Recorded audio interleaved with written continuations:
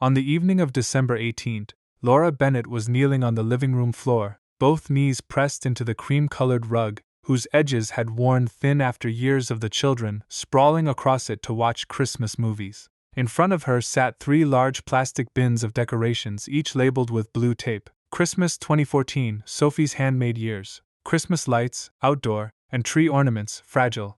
The smell of artificial pine from the newly assembled tree, old paper dust, dried cinnamon, vanilla candles, and a faint trace of cold drifting in from the snow outside, blended into the scent Laura had once believed meant her family was still whole. Ethan was already asleep upstairs after asking 3 times whether he could hang the toy train around the base of the tree in the morning. Sophie was in her room doing homework, her door half closed, the soft tap of her pencil on the desk occasionally drifting down the stairs. Outside the living room window, snow fell lightly beneath the street lamps of suburban Denver, not thick enough to cover the yard, but enough to make everything look softer, as if the world were trying to forgive itself before the day ended. Laura was holding a red glass ornament, the first ornament she and Michael had bought after they were married, with a silver swirl inside it like frozen smoke. Every year she hung it near the front of the tree, not too high for the children to see, not too low where Ethan, when he was little, might reach up and knock it down. She was gently wiping the dust from it with the sleeve of her sweater when Michael stepped into the living room, still wearing his work coat, his tie loosened, a few melted snowflakes clinging in tiny droplets near his temple. He did not take off his shoes the way he normally did. He stood beside the unlit tree, both hands in his coat pockets, looking at the boxes on the floor as if they were a task to be handled rather than a familiar family ritual. Laura looked up. "You're home late," she said, her voice ordinary, because for months she had learned how to say ordinary things even with a small stone sitting in her chest. Michael looked at her for a moment, then said, "I need you to help me with something." The way he said it made Laura's hand still around the red ornament. Not because the sentence itself was strange. In a 14-year marriage, people needed each other's help with all kinds of things: picking up children, folding laundry, signing school forms, finding car keys, talking to the plumber. But Michael's voice that night did not sound like a man asking for help. It sounded like a man who had already decided something and was simply trying to place that decision in her hands without calling it a burden. "With what?" Laura asked. Michael took 2 more steps into the room, but he still did not sit down, as if sitting would make him part of this room, this tree, this box of decorations, this woman kneeling on the rug with their first ornament in her hand. "Just one last Christmas," he said. "Let's act like everything is still fine." At first, Laura thought he meant the tension of the past few weeks, the silent dinners, the way Sophie had been watching them for too long, the way Ethan had asked why Dad was no longer putting up the porch lights on weekends. She thought he wanted the 2 of them not to argue in front of the children, a painful request, but still within the boundaries of a marriage in trouble. She held the ornament in her palm, carefully, as if it might shatter if she moved too quickly. "What do you mean?" Michael exhaled, his eyes not quite meeting hers, looking instead at the tree, at the empty spaces between its branches waiting for lights. "After the holidays I'm moving out." The sentence landed very quietly. There was no explosion, no breaking glass, no sound except the heater clicking on inside the wall and a car passing outside, its tires dragging through the thin snow. Laura blinked once, then again, as if by adjusting her vision the sentence might change its meaning. "Say that again." Michael closed his eyes for 1 second, the weary closing of a man who wanted to be seen as hurting too. "I'm moving out after Christmas. I've been thinking about it for a long time. I think this is the best way."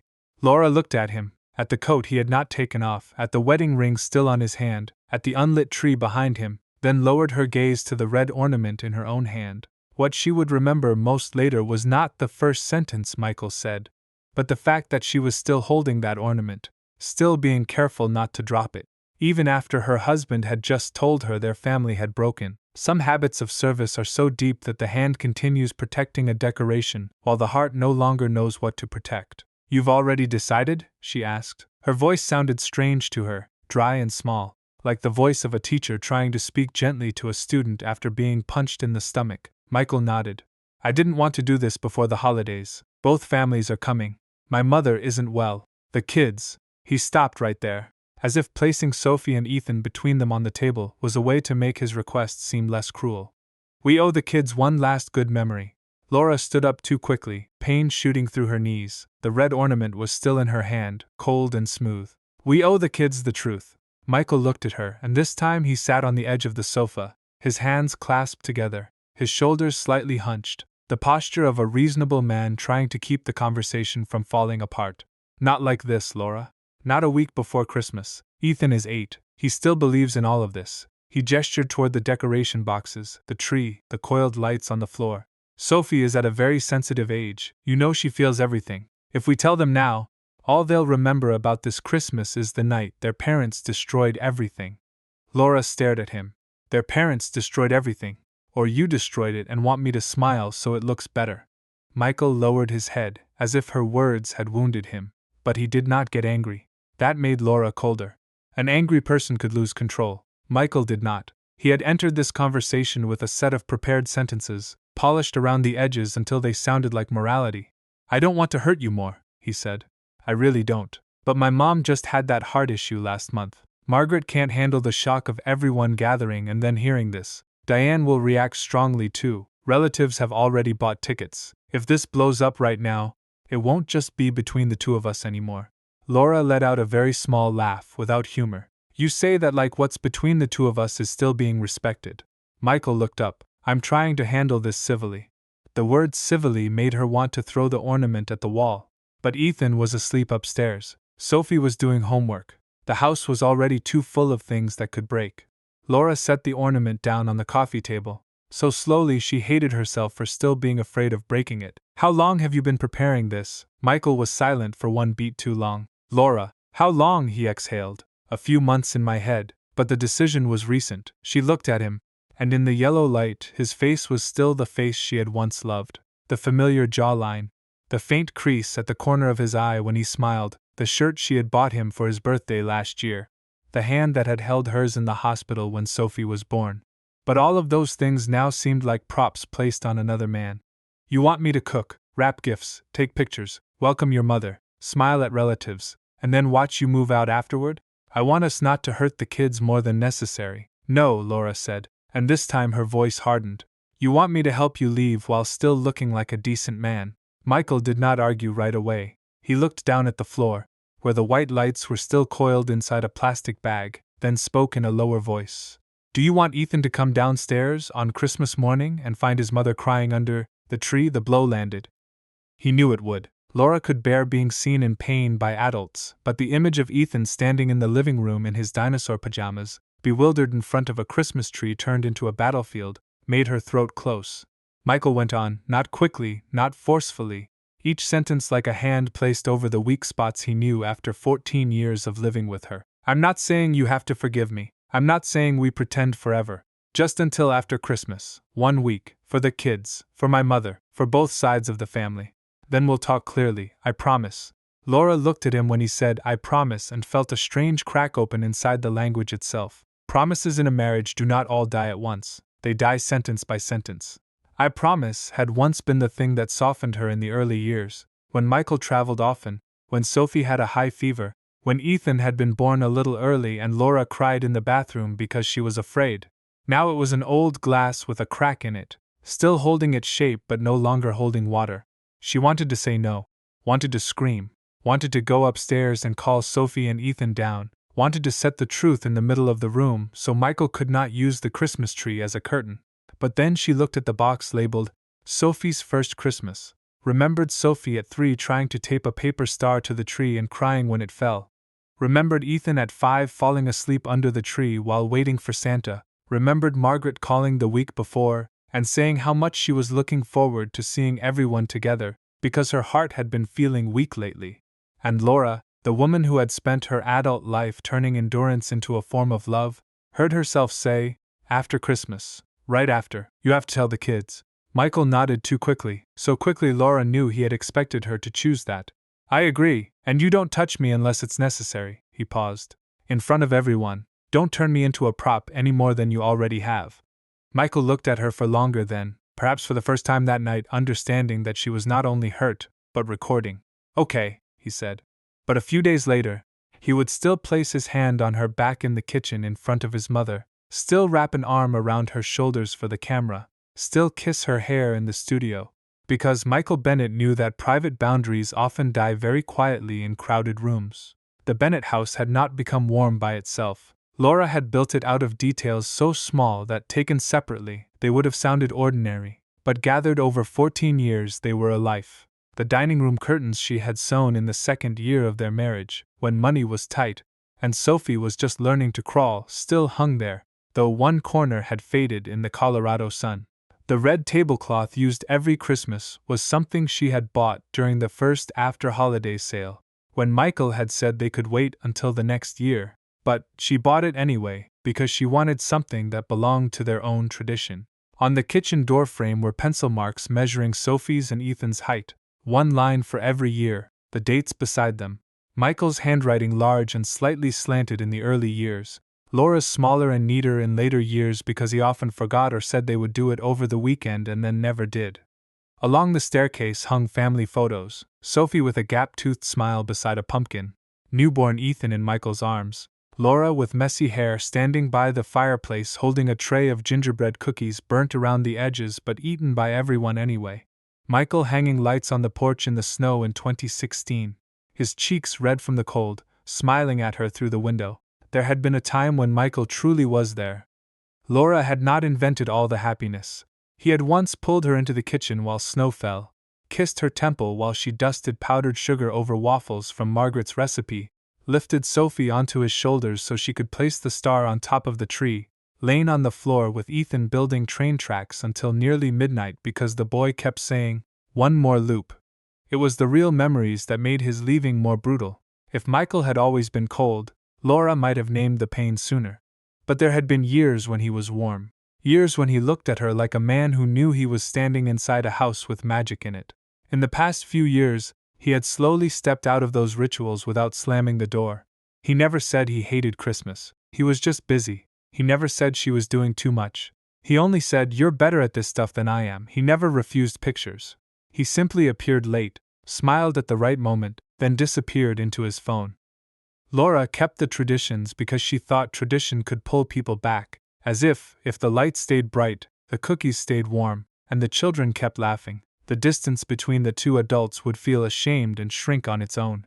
She did not know some people could stand in warm light and still quietly carry pieces of themselves out of the house box by box.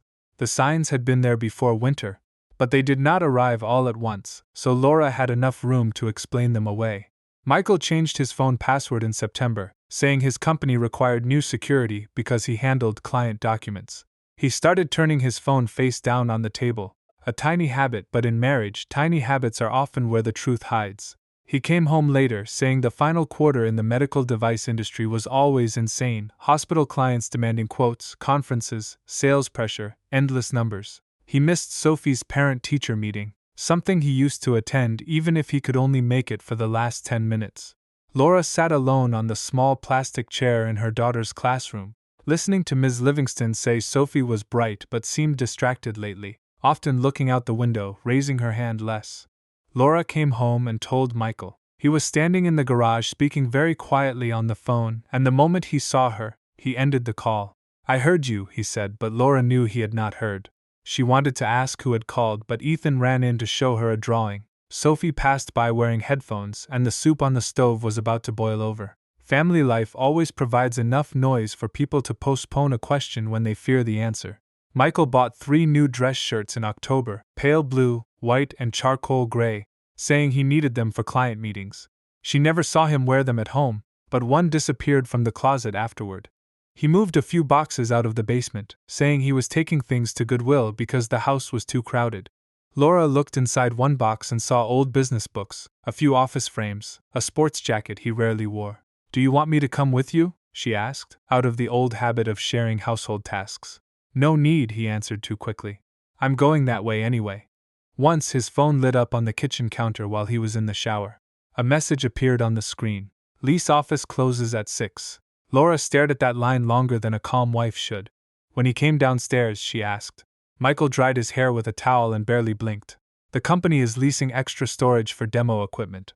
I'm helping Brian look at paperwork." He said Brian Cole's name very naturally, his longtime co-worker, the man who had once come to their backyard barbecue, the man whose Christmas card showed 3 children in matching sweaters. Laura wanted to believe him. because not believing meant she would have to set the entire marriage on the table like a cracked plate under bright light. So she believed just enough to keep making dinner, just enough to ask Ethan whether he had done his math, just enough to lie beside Michael that night and look at his back turned toward her, like a door closed but not yet locked. After the request beside the Christmas tree, the performance began not with a stage bell, but with very ordinary things the next morning. Laura woke at 5:36, before her alarm, lying still and listening to Michael breathe beside her. He was still asleep or pretending to be, his face turned toward the window. In the blue-gray light of the snow outside, Laura looked at the line of his neck, his shoulder beneath the blanket, and felt a kind of anger slower than crying. This man had told her he was leaving, then slept in the bed whose sheets she washed, under the roof she had prepared for Christmas, while she lay awake thinking about how to make toast for Ethan in the morning, so their son would not realize his mother had been taken apart from the inside. She went downstairs, made coffee, opened the cabinet for cereal. On the refrigerator, the December calendar was crowded with her handwriting, the school break dates, Sophie's choir performance, Margaret's doctor appointment while she was in Denver, Diane's flight time, the gifts still missing, the pickup time for the pre-ordered cake. Michael walked in at 6:20, already dressed in his pale blue shirt, his hair combed, the smell of aftershave so clean Laura hated it. He stood behind her at just enough distance not to touch. "I'll take Ethan to school today," he said, "so you have time to get ready." It sounded kind, but Laura knew it was also how he would begin performing. Ethan would be happy Dad drove him. The teacher would see Michael smiling at the classroom door. One small piece of the image would be placed where it belonged. "No need," Laura said. "I can take him." Michael looked at her and lowered his voice. "Laura, if we're doing this, we have to try to be normal." She turned around. "Don't use the word we like, this is a joint project." He went silent, then gave a slight nod, the nod of a man choosing not to argue because it made him look mature. Sophie walked into the kitchen at that moment, her hair loosely tied, her hoodie too big, her eyes still sleepy but watching. "What's going on?" she asked. Michael smiled immediately. "Nothing, Soph. I just said I'd drive Ethan to school." Sophie looked at her mother. Laura held her coffee mug with both hands so her fingers would not shake. "I'm just tired." Sophie looked at her longer than usual, then reached for a glass of water. "You always say that." It was not loud, but it was the first crack in the promise made, for the children. Over the next few days, the Bennett house was decorated like a music box while inside Laura heard the gears breaking.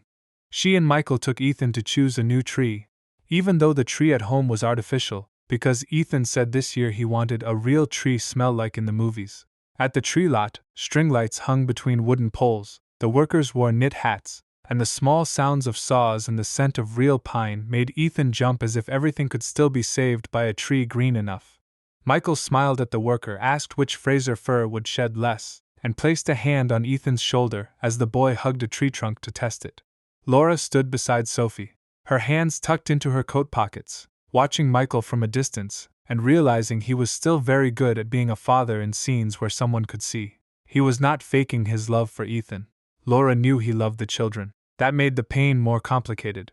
A person could love his children and still use them as a reason to silence his wife. A person could kneel to tie his son's shoe and still prepare to leave the house his son believed was the center of the world. When the worker asked whether the couple wanted a picture beside the tree, Michael looked at Laura.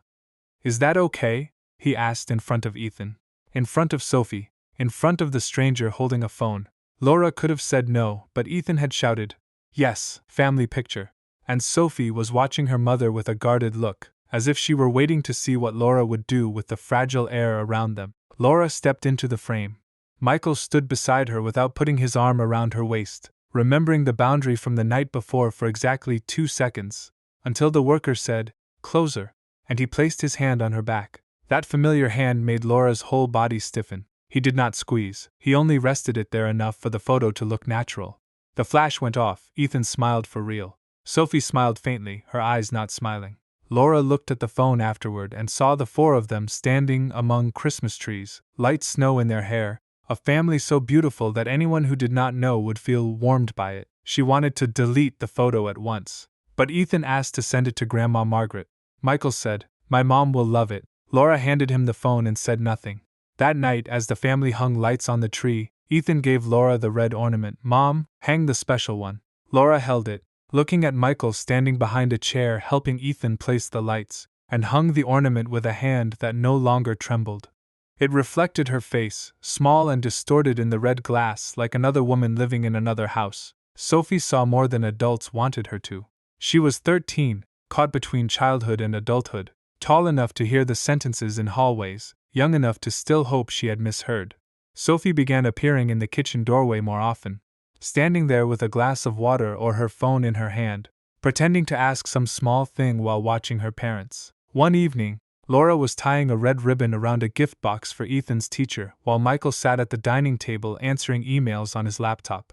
The kitchen smelled of tape, wrapping paper, hot cocoa, and the real tree. Sophie leaned against the doorframe, looked at them for a while, then asked, "Are you two mad at each other?" Michael looked up immediately, faster than Laura. "No, sweetheart, we just have a lot going on." Laura kept holding the ribbon, her eyes on the knot. "Yeah, everyone is tired at the end of the year." Sophie walked over, picked up a peppermint from the table, and turned it in her hand.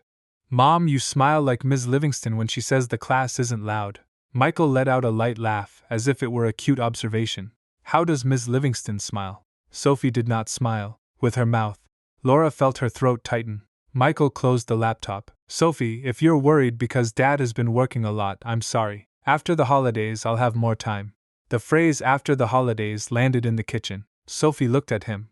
"When is after the holidays?" Michael paused for a fraction of a second, then smiled. "When everything slows down." Laura cut the ribbon too sharply and pulled the wrapping paper crooked. Sophie looked at her mother's hand, then turned away. That night, Laura stood outside her daughter's bedroom door longer than usual. Inside, Sophie was not playing music like she normally did. She lay on her bed, the light from her phone falling across her face, then turned the screen off and sighed. Laura placed her hand on the door but did not knock. She understood the performance was not fully protecting Sophie. It was only forcing the girl to live in a house full of signs no one allowed her to name. And maybe that was even crueler than the truth. Michael had booked the family photo session in advance without telling Laura. He announced it on the morning of December 21 while she was mixing gingerbread dough, her hands dusted with flour, her hair in a loose bun, Ethan coloring at the dining table, Sophie eating cereal in silence. "We have a studio appointment at 4 this afternoon," he said. Laura stopped stirring. "What studio?" "Christmas photos. I booked it last month. Since everyone is coming this year, Mom wanted a nice family card." He said it so naturally, like a thoughtful husband. Laura looked at him and remembered that last month he had hardly spoken more than 10 sentences to her beyond children's schedules and household logistics. "You booked it last month." "Yeah, I forgot to tell you." Sophie looked up. "I don't want to take pictures." Ethan objected at once. "I want to. Last year my eyes were closed." Michael ruffled his son's hair. "This year you'll look handsome." Then he looked at Laura, a warning in his eyes so light the children would not notice, but clear enough for her to understand. "Do not do this in front of them." Laura washed her hands in the sink, warm water running over dough stuck to her fingers, and felt herself living inside a series of demands that were never called demands. The studio was in a small shopping center, its glass door decorated with snowflake decals, the inside too brightly lit, with a perfect artificial tree, a fake fireplace, and fake snow spread beneath a wooden bench. The photographer was a cheerful woman who called them a beautiful family as soon as they walked in. Ethan smiled. Sophie tugged her hoodie sleeves down over her wrists. Laura wore the deep red dress Michael said would look great in photos, and Michael wore a gray sweater, his face relaxed like a man happy with his family. "Closer," the photographer said. "Michael, put your hand on your wife's waist. Laura, lean your head toward his shoulder a little." "Perfect." Sophie, smile, honey. Ethan, wonderful. Michael's hand settled on Laura's waist. Her body remembered the feeling before her mind could recoil. Some gestures have lived in the skin too long. They do not die the moment love does. He bent and kissed her hair just as the camera flashed. Everyone in the room called it sweet. Laura almost could not breathe. The gesture looked so much like love that it became cruel. After the session, Michael stood in front of the screen choosing photos. "This one is good," he said. In the image, Laura was smiling, her head angled toward his shoulder, Ethan holding a red gift box, Sophie standing slightly apart but still inside the frame, the studio lighting making everything warm and clean. Michael said softly, only for Laura to hear, "At least the kids will have this." Laura looked at the photo and understood he truly believed he was doing something kind. Or he needed to believe it. "No," she answered just as softly. "They'll have proof their parents knew how to lie beautifully." Michael turned toward her, his mouth tightening. "Don't do this here. I'm doing exactly what you asked." He said nothing after that.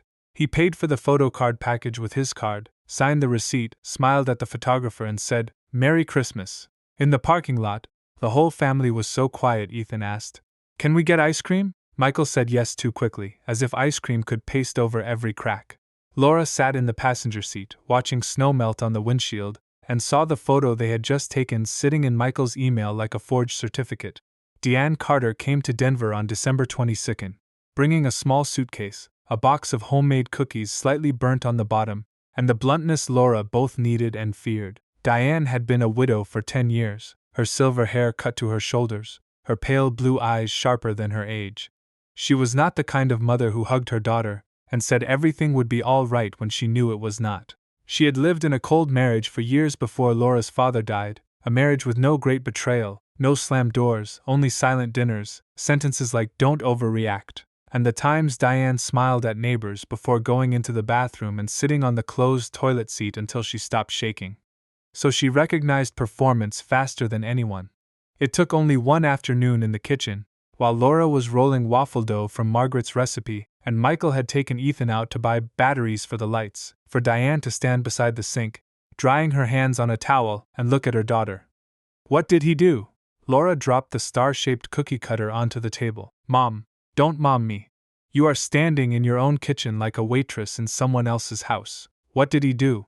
Laura looked at the kitchen door, listened to Michael's car leaving the driveway, and then everything inside her seemed to loosen. She did not tell all of it at once. She told it in pieces, like picking up glass with bare hands. Michael was leaving after Christmas. He wanted one last Christmas, for the children, for Margaret, for the relatives, because he did not want to make everything worse. Diane did not interrupt. She only stood still, her face slowly going cold. When Laura finished, Diane set the towel on the counter. "You can choose to be silent for one night because you choose it, but don't let him call it a gift you gave the family." Laura closed her eyes. "I don't know what else to do, Ethan. I know. Sophie already suspects. I know. Margaret's heart. If this blows up..." Diane stepped closer and placed both hands on her daughter's shoulders. "Laura, silence can sometimes be kindness. But when someone else is about to use your silence as proof that you agreed, it isn't kindness anymore. It's your signature under their story." Laura cried for the first time since the night of the 18th, not loudly, not beautifully, not like a movie. She cried bent over the dough, her shoulders shaking, trying not to make a sound because Sophie might come downstairs. Diane did not hug her immediately. She let her daughter cry for a few seconds, then took a paper towel, wiped the flour from Laura's hands and held them. "Don't let anyone call your silence consent," she said. That sentence stayed with Laura like a needle pinning the cloth over her eyes. Brian Cole's email arrived on the afternoon of the 23rd, while Laura was in the laundry room folding towels for guests. The dryer rumbled loudly, the smell of dryer sheets and warm towels thick in the air, and on top of the washer sat a basket of mixed socks belonging to Ethan, Sophie, Michael, and her. Laura's phone buzzed with an email notification from the family account, the one used for many bills and the photo cards. Subject: move-in details and Jan 3. She opened it, thinking it was related to some delivery for the house. The first line read, "Michael, hope the move-in goes smoothly after Christmas. New chapter party on Jan 3 still on?" Attached the list from the apartment office and the furniture delivery notes. Laura stood frozen in the laundry room, a blue towel still open in her hands.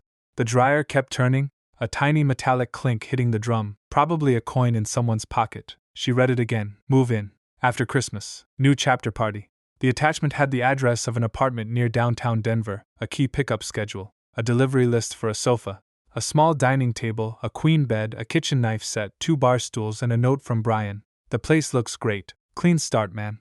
Clean start. Laura felt nauseated, not because Michael had an apartment. After the night of the 18th, she knew he was leaving. But knowing a person will leave is different from seeing the new life he has prepared, with an apartment number, a sofa delivery time, bed dimensions, and a party date.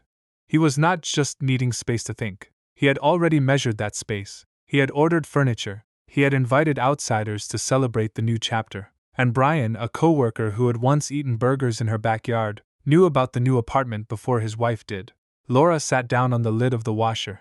The heat from the towels pressed into her back, but her hands were cold. Part of her wanted to call Michael immediately, to scream into the phone.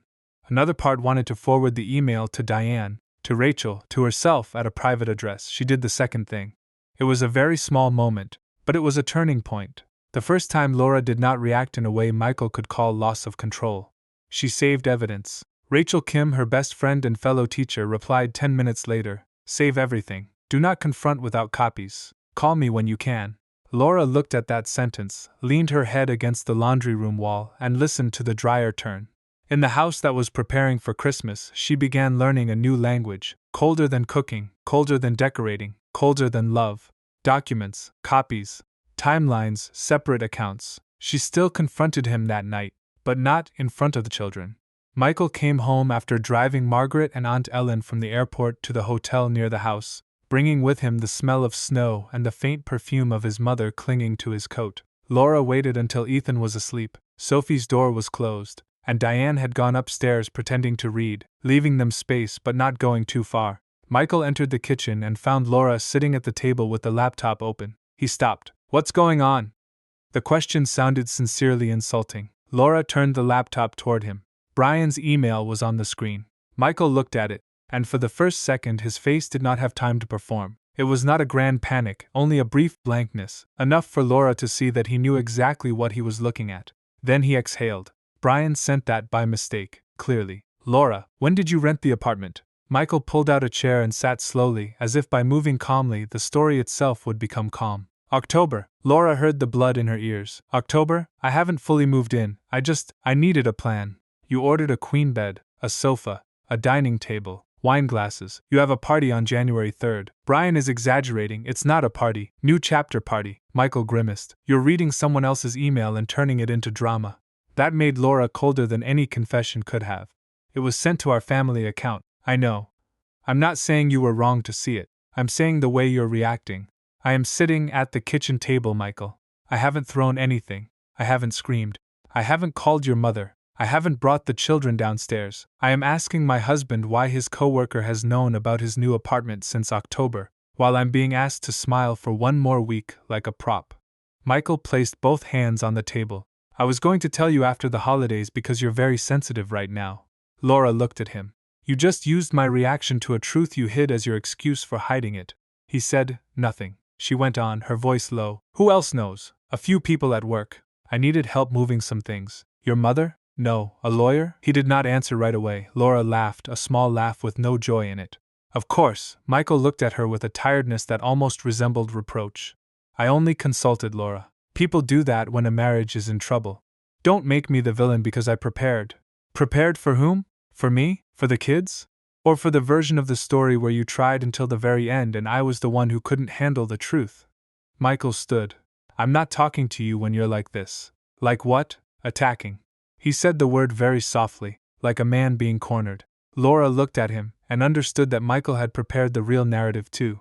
Not just the apartment, not just the lawyer. He had prepared her role, emotional wife, overreactor, the woman who turned a civilized separation into drama. She closed the laptop. "I won't scream so you can have evidence." For the first time Michael looked at her with a hint of real unease. Not much, but enough. The relative's arrival turned the house into a crowded stage, and the more crowded the stage became, the more Laura felt herself disappearing into the role of the beloved wife. Margaret Bennett arrived on the morning of the 24th, smaller than Laura remembered, in a wine-red wool coat, a bag of heart medication in her hand, her eyes wet with happiness at the sight of the large tree in the living room. She hugged Ethan for a long time, told Sophie she had grown so tall, then took Laura's hand and said, "You've made this house so beautiful. Every year." Aunt Ellen brought fruitcake in a tin. Uncle Rob dragged suitcases into the living room. Michael's cousin's children ran around the stairs, and Diane stood in the kitchen watching it all with the expression of someone who had seen the play, but had not yet been allowed to pull down the curtain. Michael became perfect. He took his mother's coat, adjusted Aunt Ellen's chair, poured hot apple cider for Diane, asked Sophie about her choir concert, sat on the floor with Ethan to check the train tracks. He put an arm around Laura's shoulders when Uncle Rob said, "You two are still the best-looking couple in the family." And Laura could not pull his hand away without making the room stop. He told funny stories from work, helped wash dishes, stood beside her in the kitchen and asked, "What do you need me to do?" in front of everyone in a gentle voice. From the outside, Michael looked like a loving husband. That was what made Laura feel trapped behind glass. She was standing in the middle of the house she had decorated, surrounded by the smell of roast chicken, rosemary, waffles, apple cider, pine candles, laughter, wrapping paper, and running children. And there was nowhere to be in pain without ruining something someone else was enjoying. Margaret pulled her into a corner of the kitchen on the afternoon of the 24th. While Michael was outside with Ethan testing the porch lights, she placed a hand over Laura's. I know Michael has been busy, but you keep this family so beautiful, Laura. He's lucky to have you. So many women these days make everything heavy when there's a little difficulty. You're different. You know how to keep a home. Laura looked at this woman with a mild heart condition. This woman who genuinely did not know her son had rented an apartment in October and wanted to laugh until she cried. Michael came in at exactly that moment, his cheeks red from the cold, placed his hand on Laura's back, and said to his mother, "She's the heart of this house, the heart of the house." It sounded like praise. To Laura, it was a sentence. He was praising the heart of the house he had already decided to leave, placing his hand on that heart so it would keep beating until the guests went home. Laura smiled because Margaret was watching. Diane, standing at the sink, clenched the dish towel in her hand until her knuckles turned white. On the night of the 23rd, Sophie heard what Michael thought adults could hide behind a half-closed door. She came downstairs for water after the house had dimmed, the Christmas tree still glowing in the living room, the lights reflecting on the walls like small gold dots. Michael was in the office, the door not fully closed. Laura was in the kitchen putting a box of cookies into the refrigerator when she heard his voice, low but clear. "I just have to get through Christmas," Laura agreed. Laura froze. A second later she saw Sophie standing in the hallway, an empty glass in her hand, her face white beneath the tree lights. Michael kept talking inside. "No, after that it's done. I'll be in the apartment before New Year's if we can keep things calm." Sophie looked at her mother. There were no tears yet. That absence of crying frightened Laura. She stepped forward and gently took the glass from her daughter's hand. Sophie whispered, "Dad is really leaving." For one instant, Laura wanted to kill Michael. Not with her hands, not with violence, but with the white-hot hatred of a mother watching her child get pierced by an adult performance. She took Sophie upstairs and closed the bedroom door. Sophie's room had small string lights around the mirror, books stacked messily, a hoodie thrown over the chair, a half-wrapped gift for a friend. Sophie sat on the edge of the bed, both hands tucked between her knees. "Tell me the truth." Laura sat beside her slowly, as if sitting down beside a wound. "Your father and I are going through something very serious. After Christmas, we'll explain more to you and Ethan. Dad won't be living at home the way he used to." Sophie looked at the floor. "How long have you known?" Laura swallowed. "A few days. You weren't going to tell me?" "I was going to wait until after Christmas because I thought." She stopped. Because what had she thought? Because Michael said so. Because she was afraid for Ethan. Because she was afraid for Margaret. Because she was afraid of the family. Because all her life she had believed that hurting a little longer was a way to love. Sophie wiped her eyes with her wrist. "I knew something was wrong. You smile weird. Dad talks to you like he's talking to someone at a bank." Laura pulled her daughter into her arms. Sophie was stiff at first, then broke very quietly, crying without noise, only trembling. "Is it my fault?" "No. Never." "Does Dad have someone else?" The question made Laura close her eyes. "I don't know," that was the truth. There were things she did not know, but she knew enough. Sophie leaned her head against her mother's shoulder. "I hate this Christmas." Laura held her tighter and understood that the performance had failed at the only thing it promised to protect. It had not kept her child from pain. It had only made the child hurt in the dark alone, before anyone named the pain. After that night, Laura no longer performed in the same way. She still wrapped gifts, still baked, still changed the tablecloth, still asked whether Margaret had taken her medication, still reminded Ethan not to open presents before morning. But inside her, part of her had stepped off the stage and was standing behind it, recording everything. Rachel called when Laura was in the bedroom with the door locked, the relatives' voices downstairs drifting up like a party in someone else's house. "You need a lawyer," Rachel said without circling around it. "Not to attack him, so you don't get swallowed by his story." Laura sat on the edge of the bed looking at the closet. Michael's side was emptier than she had ever dared admit. A few hangers held nothing, the gap between his coats too naturally wide. "He saw a lawyer in October. I haven't found the bill yet. Look at the credit cards, email, joint account, statements. I feel like I'm doing something dirty." Rachel was silent for a beat. "No. Dirty is making your wife wrap gifts for a family you've already left on paper. You're turning on the lights." Laura opened the laptop. She checked the joint account and saw that Michael's year-end bonus had not gone in fully the way it always had. A portion had been transferred into a new personal account with a vague note, deferred allocation. She searched the family email and found the apartment deposit confirmation moved to the archive folder. There was an invoice for a legal consultation from October, paid on a personal card but using Michael's secondary email address, the one he had once left logged in on the family computer. There was a furniture delivery scheduled for the 28th. There was a receipt for the silver bracelet from a jewelry store, on the same day as the receipt for an expensive set of wine glasses delivered to the new apartment. Laura looked at the two receipts side by side and laughed soundlessly. A gift for the wife to open in front of relatives. A set of glasses for a life without the wife. Same day, same man. She took screenshots and saved them in a folder named After Christmas. Her hands were no longer shaking as much as they had when she read Brian's email. The trembling had turned into something colder, not exactly calm. Calm was too beautiful a word. It was numbness with purpose. On Christmas Eve, the Bennett house glowed like a card. Snow was thicker on the porch, the roof lights blinked, and in the living room, the real tree stood heavy with ornaments, the red glass one hanging near the front and reflecting passing faces into small distorted fragments. Margaret sat in the armchair with a blanket over her knees, Diane on the sofa, Aunt Ellen and Uncle Rob holding wine glasses, children running around, Ethan hugging a large unopened gift, Sophie sitting near the window, quieter than in other years. Michael stood beside Laura as everyone gathered for a photo in front of the tree. He had set the camera on a tripod with the timer. "Everybody closer," he said cheerfully. "Ethan, stand in front of me.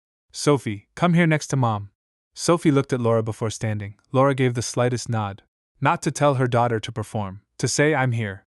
Michael stood close to Laura and, without asking, placed his hand behind her waist because the frame required it. The camera blinked red. In the 3-second countdown, he leaned in and whispered, "Thank you for doing this."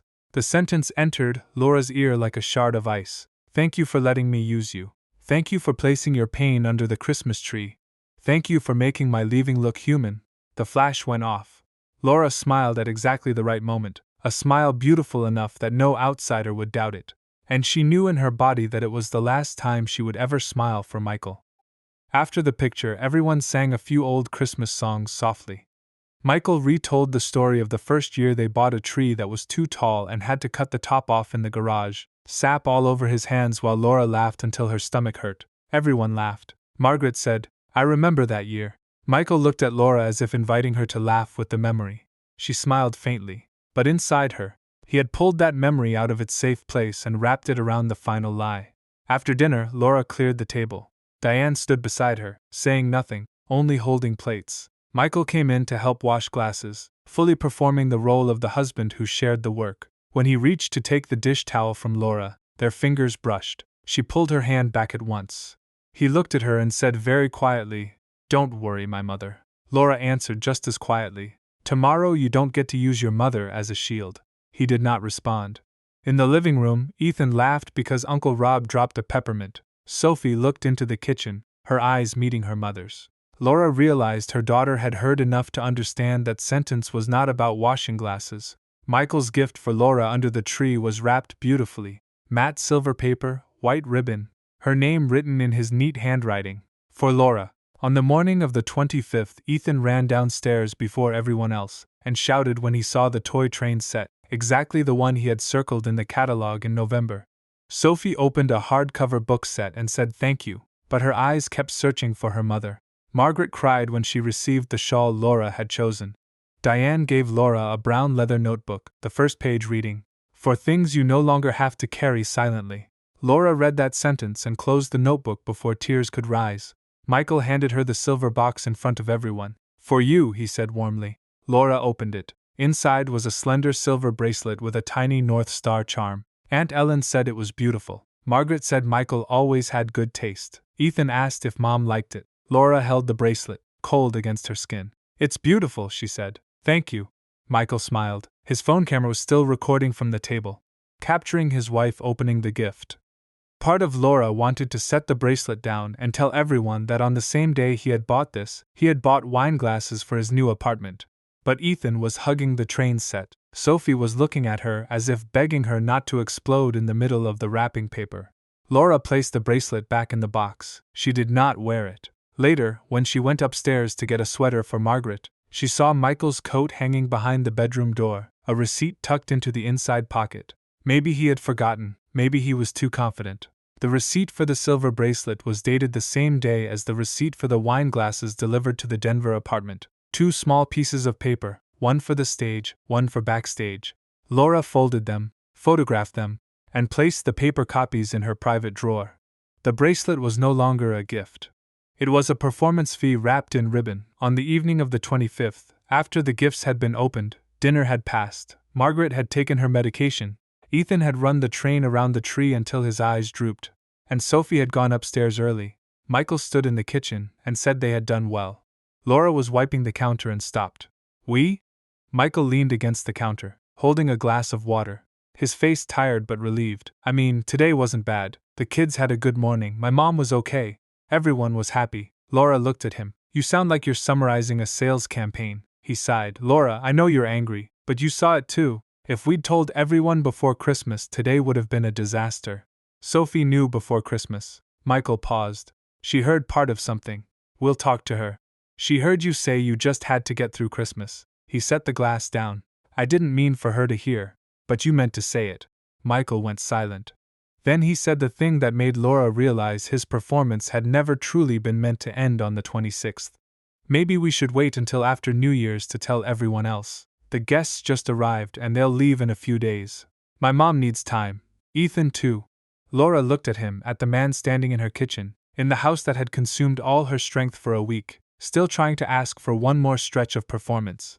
"You have an apartment, a lawyer, a separate account, and your co-workers know. What other part do you still need me to pretend?" Michael opened his mouth, then closed it. That silence was the cleanest answer he had ever given her. He needed her to pretend long enough for him to control the timing, the audience, the opening line, and the way people remembered him. Laura set the dish towel down. "No. Laura, no. I gave you your last Christmas, not for you, for the kids, because I didn't know how to do anything else. But you don't get to stretch this out so your story looks better. You're making everything worse." Diane appeared in the kitchen doorway before Laura could answer. No one knew how long she had been listening. "No," Diane said, her voice calm and sharp. "She's only stopped making everything look better than it really is." Michael looked at his mother-in-law, his face hardening. "Diane, this is between my wife and me." Diane stepped in, picked up the towel Laura had set down, and folded it carefully. "Then don't use your mother, your children, and this entire house as an audience for what is between the two of you." Laura looked at her mother, and for the first time in a week she did not feel completely alone. On the morning of December 26, Laura woke before dawn. A house after Christmas has its own kind of silence. The heater running, the wood contracting in the cold, wrapping paper being nudged somewhere beneath the tree, the occasional small beep of one of Ethan's electronic toys because it had not been turned off completely. Snow lay thinly across the porch, blue morning light spilling through the kitchen windows. Laura went downstairs in a gray sweater, bare feet on the cold hardwood floor. The tree was still lit because Ethan had begged to leave the lights on overnight. The red ornament reflected her as she passed, small, distorted but clear. She made coffee. Not because she wanted to drink it, but because her hands needed to do one normal thing before doing the thing that could not be undone. Then she took the After Christmas folder from the drawer and placed it on the dining table. One item at a time. Brian's email about the apartment and new chapter. The apartment deposit confirmation from October. The delivery schedule for the sofa, queen bed, and small dining table. The divorce lawyer consultation invoice. The confirmation of the separate account and the bonus money moved into it. The receipt for Laura's silver bracelet. The receipt for the wine glasses delivered to the new apartment. The printed Christmas studio photo, where Michael had kissed her hair like a husband. The silver bracelet in its box, and finally, her wedding ring. She took it off slowly. Her finger held a pale mark where the ring had rested for 14 years. That mark hurt more than the ring itself. Some things, even once removed, leave their shape behind. Michael walked into the kitchen at 6:41, his hair messy, wearing an old t-shirt, his face still heavy with sleep. He stopped when he saw the table. For a few seconds he only looked. Laura stood at the head of the table holding a mug of cold coffee. "Your last Christmas is over," she said. Michael looked at the papers, then toward the stairs, as if afraid someone might hear. "We shouldn't do this while guests are still in the house. You shouldn't have rented an apartment while your wife was still hanging family photos on the staircase. Laura, keep your voice down. No. He stepped closer, lowering his voice. You're angry, I understand, but if you do this now, it will hurt everyone.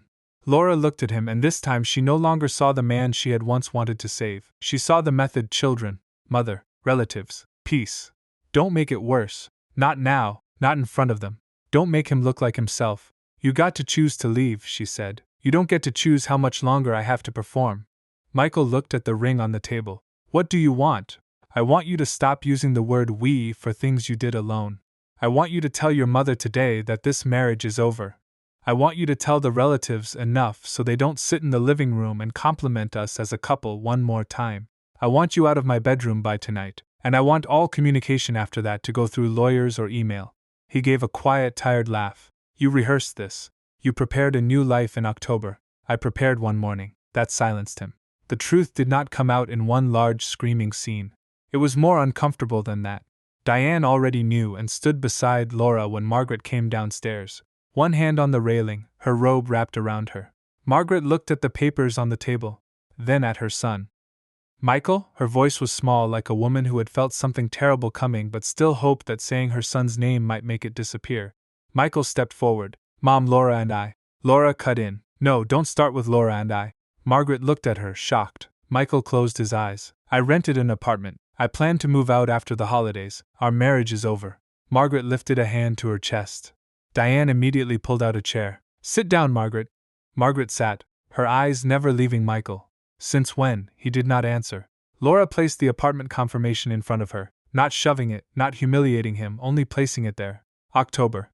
Margaret read it, her lips trembling. You let Laura put all of this together? Michael said.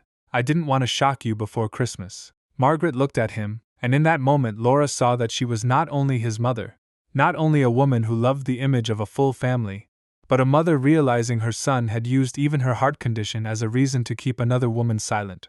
She started crying, but she did not defend him right away. Aunt Ellen came down after that, then Uncle Rob, and the air in the house changed from warm to awkwardly cold. Ethan was still in the living room playing with his train, not understanding everything but feeling enough to move more slowly. Sophie stood on the stairs, one hand on the banister, her face pale but not surprised.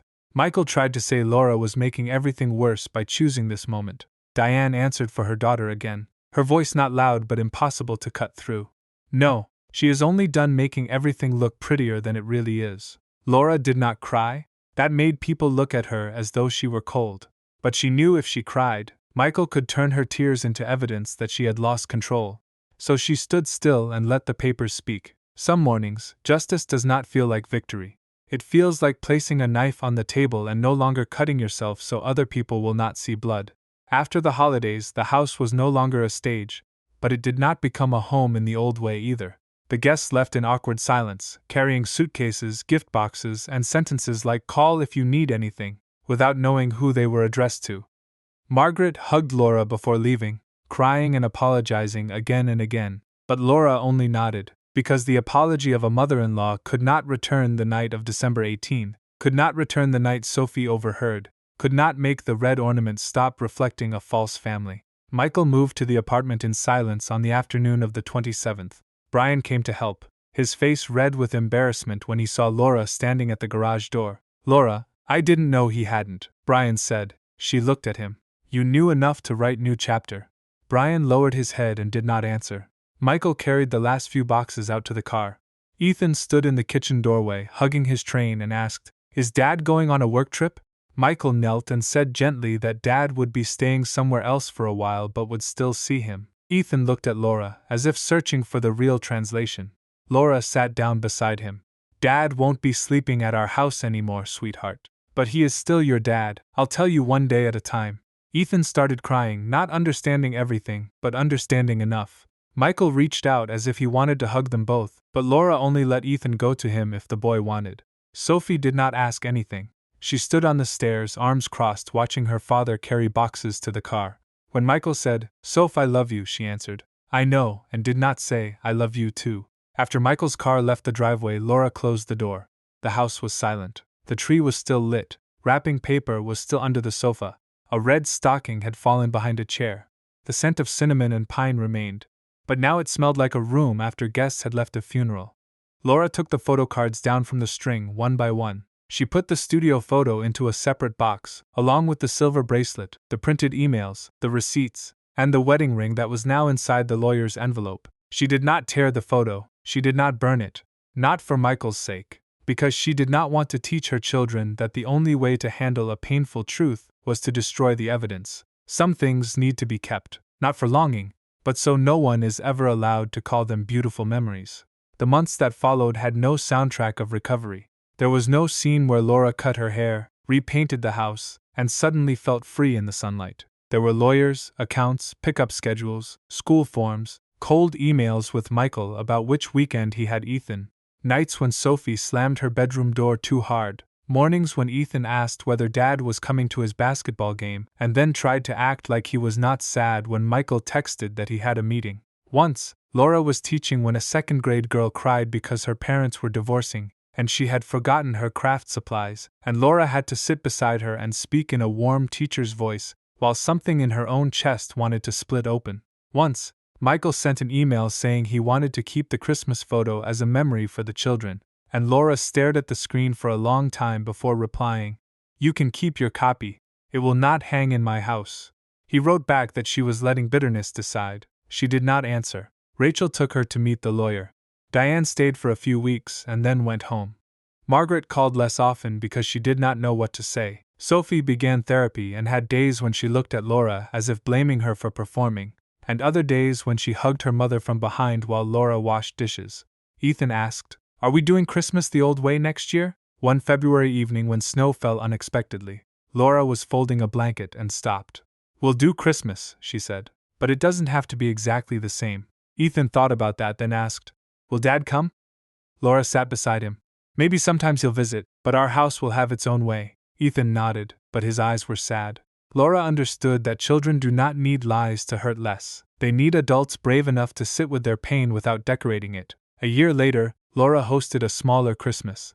There were no crowds of relatives, no large party, no studio photo appointment, no Michael standing beside her in front of the tree like a husband still in love. That year the tree was smaller, placed near the living room window. Old yellow lights wrapped around it by Sophie, slightly uneven in places, and no one fixed them. Ethan set up the train around the base, his tongue sticking out in concentration, a year older but still lying on his stomach on the floor to watch the engine pass through the paper tunnel he had made. Diane sat on the sofa drinking cocoa and knitting, occasionally looking at Laura with eyes that were not pitying but watchful. Sophie hung a new ornament, deep blue instead of red, then stepped back to look. "This tree looks kind of weird," she said. Laura stood beside her. "Yeah," Sophie glanced at her mother, "but real." Laura nodded. "Yeah." That night, after the children had gone to sleep, Laura took out the last decoration box to put away a few remaining pieces. At the bottom of the box, inside a stiff envelope, she found the Christmas photo from the previous year. She had forgotten she put it there, or maybe she had not forgotten, only left it in a place where one day she might be strong enough to look again. In the picture, Laura was smiling. Michael had his arm around her waist. Ethan stood in front holding a gift box. Sophie stood slightly turned, her smile thin but present. The tree behind them was perfect, the lights beautiful, everything balanced. An outsider would have called it a beautiful family. Laura looked at the photo for a long time. She did not cry. Not because it no longer hurt, but because some pain, after a year, no longer pours out like water. It freezes into something heavy inside the body. She took another envelope, slid the photo inside, and wrote on the outside in black pen, "The last performance. The last performance."